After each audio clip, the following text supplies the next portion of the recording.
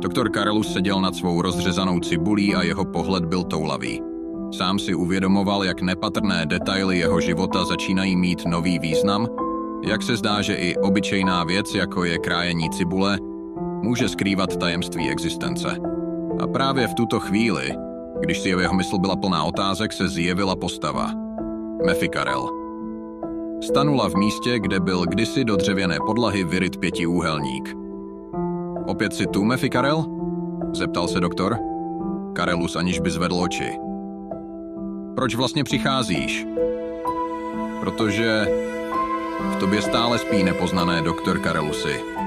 Neznáš balans mezi světlem a temnotou. Stále hledáš pravdu, která ti uniká. Hledáš limity lidského poznání. Ty, který toužíš po vědění, ale bojuješ i s tím nejjednodušším.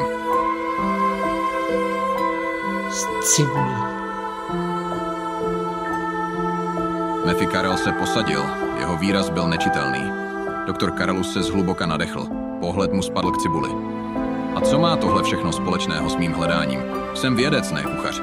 Když se nevyhnu slzám při krájení, jak se mám vyhnout těm při hledání věčnosti? Doktor Karelus pozvedl hlavu a pozorně si ďábla prohlédl.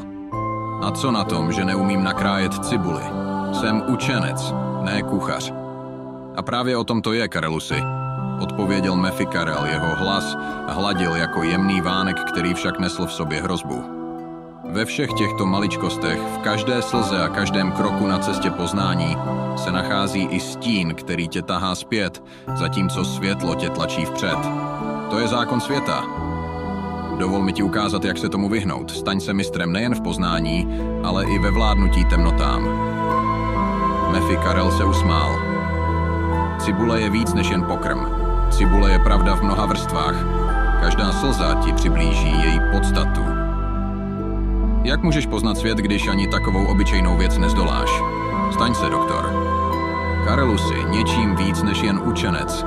Staň se zas dítětem, ovládni nejen vědění, ale i nůž.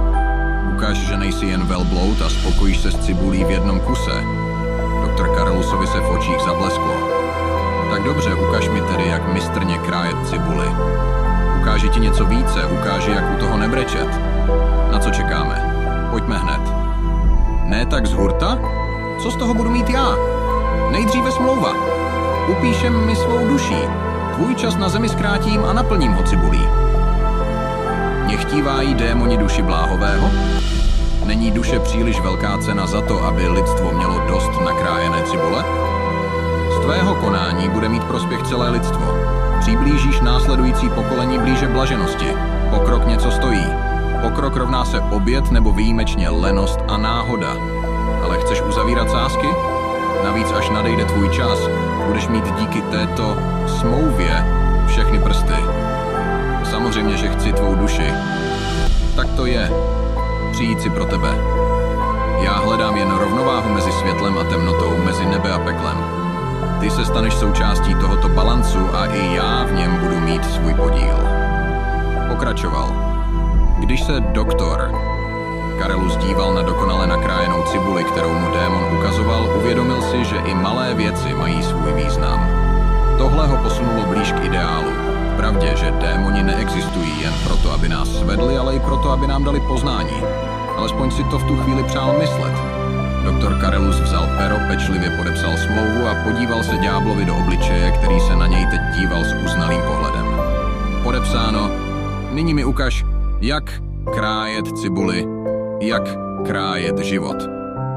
Doktor Karelusi řekl, tvoje cesta začíná tam, kde končí jednoduchá kuchyně. Až ovládneš všechno, co je ve tvých rukou, pochopíš, že žádná temnota není dost hluboká, abys ji nemohl vládnout. Cibule se stala jeho součástí. Nebyla to tedy pouze cibule, co si hledal, že? Odpověděl démon a zmizel jako pára nad hrncem. Cesta do pekla je dlážděna odhalováním pravdy vrstvu po vrstvě. Náš svět je jako cibule. Smlouva byla uzavřena. A svět už nikdy nebyl stejný.